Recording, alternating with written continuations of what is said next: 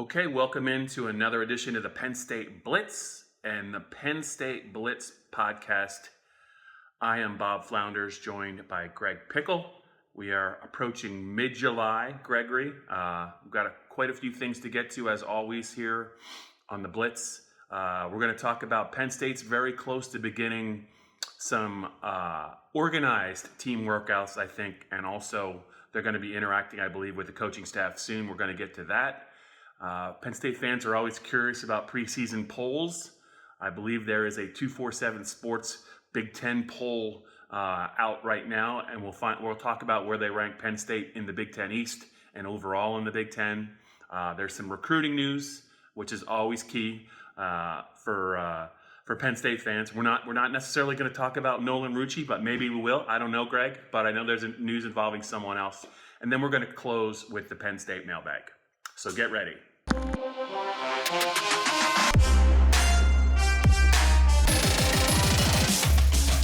All right, Gregory, I hope you're minding this heat or not minding this heat. Are you minding the heat or not minding the heat? I can't remember. Anyway, I hope you're not too hot.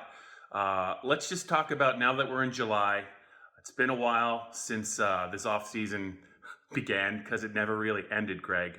But technically, I think if all goes according to plan, and it rarely does during a pandemic, I think Penn State's players and coaches are scheduled to kind of get together and start to begin another phase of maybe getting ready for the 2020 season, however it may exist. Is that correct? Yeah, Bob. So we're getting ever closer to the point where the workouts, which are currently voluntary, become mandatory workouts, and that will give the players and coaches their first chance to reunite since they all left campus for spring break back in March, and we're getting ready for spring practice, which of course never happened. So some exciting times ahead. Keep in mind, next Wednesday we will get Penn State's second round of coronavirus testing results. We're not getting those by team, right, as far as I know. It's just all athletes on campus. But still, we can learn a little bit about where things stand at that point in time. And then, by July 13, 14, in that window, the voluntary workouts can start. Some of that can be film studies. Some of that will be conditioning. Some of that will be,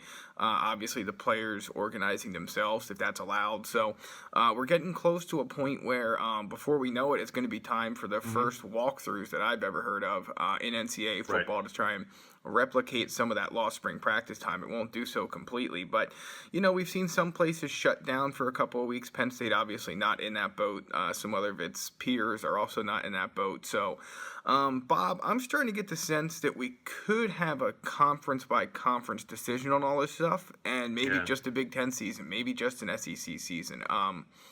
But it feels like it changes daily. You go from optimistic to pessimistic almost weekly, if not daily. So, we're getting closer to some key dates here, and I guess there's a little bit of optimism and hope still surrounding those. Yeah, and before we get to Penn State and the preseason polls, just to talk a little bit about, but just so the fans know, I kind of feel like, Greg, by the end of this month, end of July, maybe last couple days of July, I think the conferences and the schools are going to have to make decisions. They can't wait as far as what the season's going to look like. If it's going to start on time, will it be pushed back? Will it be shorter? Will it be pushed into spring? I think they're waiting as long as they can. But the news hasn't been great of late in terms of the pandemic and testing and all of that. I know Penn State didn't have any kids test positive in their initial test, but that's just one program. They're playing schools. But don't you feel like, Greg, real quick, that by the end of this month we're going to have to have some clarity, both by Penn State and the Big Ten Conference, as to what this season potentially might look like in terms of starting on time or possibly getting pushed back? Yeah, there's no question about it. And I mean, this is the problem with all of this is that Penn State's going to have to work with Governor Tom Wolf's office to figure out things like capacity and all of that. Obviously, can there be fans, not be fans if there is a season, and how all that works. And all the other Big Ten schools are going to have to work with their politicians and governors and whatnot to figure that stuff out. So there's so many decisions that need to be made at so many different levels, and I don't think anyone's on the same timeline. But I agree with you 100%. To me, August 7th is the date camp is supposed to start. And you can say that, well, we're going to start camp and see where things go from there. But at some point, the TV partners, all of the other logistics that have to go on, going to have to make a call one way or the other. Either we're going forward and we're going to play an on-time season and see what happens, or we're not. Or we're going to shift the season and get rid of non-conference play and just play Big Ten games, or we're not. But yeah, at some point, they're going to have to make a decision. The quote of the day so far, Jim Harbaugh speaking to somebody, or maybe many somebodies, during a news conference or some kind of availability today, said, "COVID is part of our society. Wasn't caused by football or caused by sports. There's no expert view right now that I'm aware of that sports is going to make that worse." So that's where his take on it is. And we've heard Sandy Barber and James Franklin say endlessly that they don't want to do anything to put student athletes in danger. However, there's a major financial component to all of this for almost everyone involved. Of course, the student athletes should probably be more a part of that equation, but they also have future earning potential to consider. So, yeah, it's a bit messy. There's no doubt about it, but I agree with you 100%. We have to hear some answers at some point. I know we say that every week. It sounds like a broken record, but nobody seems willing or able to set a decision date or a timeline for when for when they are going to make these calls. So it could happen at the drop of a hat, or it could wait into August. I really can't see how it goes beyond the start of summer camp, Bob, but as we've come to expect, just about anything is possible or not possible during the last 3 to 4 months. And, waiting to make a decision seems to be the way this is going to go, because no one seems to want to make the decision, and there's nobody to make it for the Power 5 conferences and Group of 5 conferences unilaterally. So it's a bit of a mess. New Big Ten Commissioner Kevin Warren certainly enters things at an interesting time, to say the least, and he's been quiet. So I just wonder if the Big Ten's going to wait and see what everybody else does and then fall in line from there.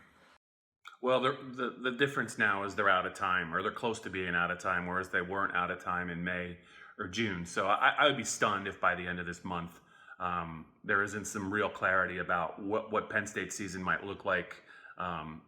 They just can't afford to wait, like you said, any longer. There's too many factors to consider, so we'll just wait and see what happens. But I would say by the end of this month, we're going to know something. We'll have a pretty good idea what maybe the start of the season, whenever that is, maybe. Let's move along, Greg, to the Lions 247 preseason poll. I don't know that there was a lot of big news that came out of this. Penn State is behind Ohio State in the voting in the Big Ten East, and I believe they're number 3 overall behind Wisconsin. I think Wisconsin's second. Wisconsin and Ohio State have met a couple times, I think, recently with in the Big Ten championship game. So that's no surprise. I just wonder what the thought is on maybe how close people believe Penn State is to Ohio State, given the offseason that Ohio State's had with the addition of Trey Sermon. They've obviously killing it on the recruiting trail. Your thoughts on the poll, number one, did it surprise you? And where do you really think Penn State is in terms of playing Ohio State, and if they play 10 times, how many times do you think Penn State could beat them? Yeah, frankly, Bob, there was no shock to this poll whatsoever. I really only put it in the topic rundown here because I felt like we could all benefit from talking a little bit of football and not just coronavirus and pandemic and everything else. So, the gap between Penn State and Ohio State without a spring practice can be a little bit tough to gauge. But I guess my one thought is this. We've seen Penn State play Ohio State tough the last few years, especially at Beaver Stadium. Obviously, everyone remembers 2016. We don't know what kind of home field advantage Penn State could have this fall, but they do get the Buckeyes at home, and I think that's obviously a big deal. It's been a big deal for quite some time now in this series, and Ohio State's had better success at Beaver Stadium than, say, Michigan has. But to me, Penn State's best chance to knock them off is always when they come to town. So the gap, I think it really comes down to the progress that Sean Clifford made, because we know that Justin Fields is obviously an extremely talented quarterback, and that Ohio State offense can put points up at will. If Sean Clifford and Kirk Ciarrocca, Bob, can make improvements, I think that closes the gap significantly, because we know Penn State's defense, if its secondary is shorn up a bit, can stop Ohio State. We saw that at times out in Columbus last year. We know that special teams are probably about even with the guys that Penn State has in Joe Lorig's room. So to me, it comes down to, if you're going to close the gap, I think almost all of it's going to happen on offense with a little bit of a lean to the pass defense. So we'll see. I think Penn State fans should have reason to be optimistic, but it's also fair to say that Ohio State train has not slowed down at all, no matter what's been going on in the world otherwise. Yeah, I think Ohio State's got more talent top to bottom.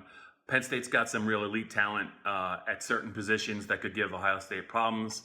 But I think what when you really look at these two programs, and the game that's scheduled, I think is scheduled in October at Beaver Stadium.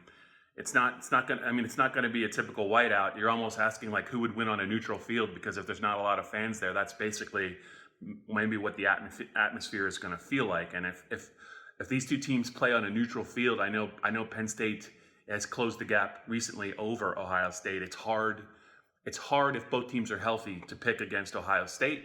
So we'll see what if they do play this year in October, and if there are fans in the stadium, what that experience might feel like. But I think the preseason poll is what it is. I think the bigger issue is can anyone even challenge Wisconsin in the West? As far as the Big Ten East, Penn State's got to go to Michigan this year, and they have not. Franklin's team has not.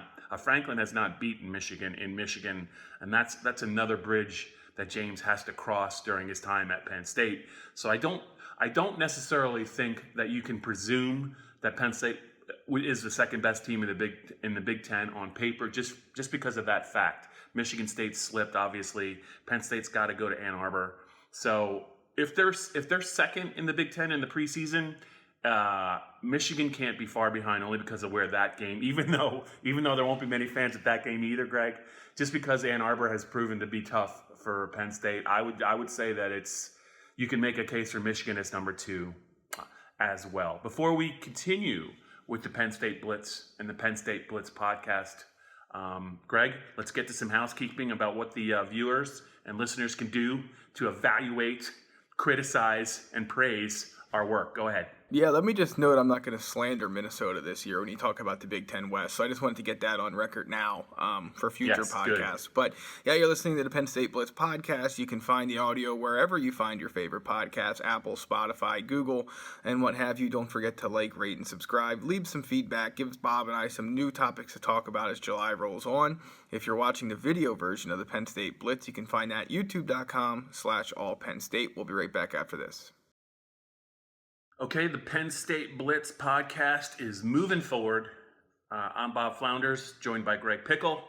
We cover Penn State, obviously, for PennLive. If you didn't know that, I don't know where you've been. But yes, we are talking about Penn State football in mid-July with not a real great feel for whether the season's still going to start on time. But you know what, Greg? One thing that never really stops is recruiting. Penn State continues to recruit. And they continue to recruit at a pretty impressive level, as does Ohio State.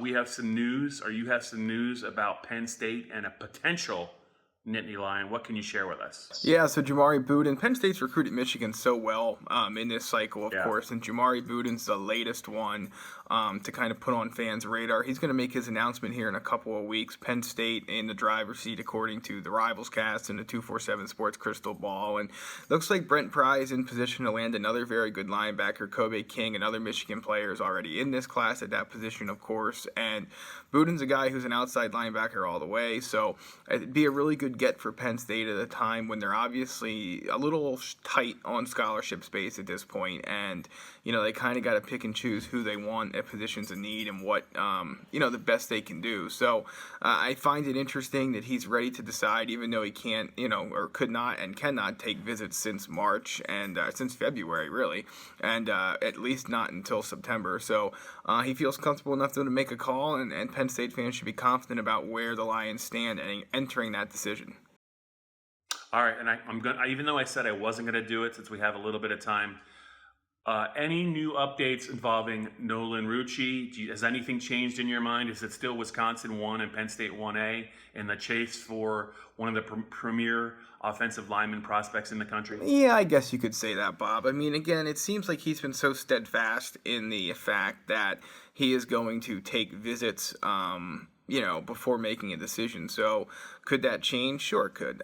Could they come out and say, hey, no visits in the fall, even though we're going to play a season? Sure, and that will obviously shake things up tremendously. So, I guess you could say Wisconsin has a head in front, sure, if we're using horse racing terminology, but I think it's probably closer to closer to even and maybe a nose than some might expect. But he's going to make his own choice, and his family history, even with either with Wisconsin or Penn State, will play a role perhaps. But I do get the sense that he's going to make his own choice, and that stuff may play a role, but maybe not as much of a role as some might think. So, obviously, a fascinating recruitment to continue to follow one of the nation's top players, and of course, the top player in Pennsylvania as well.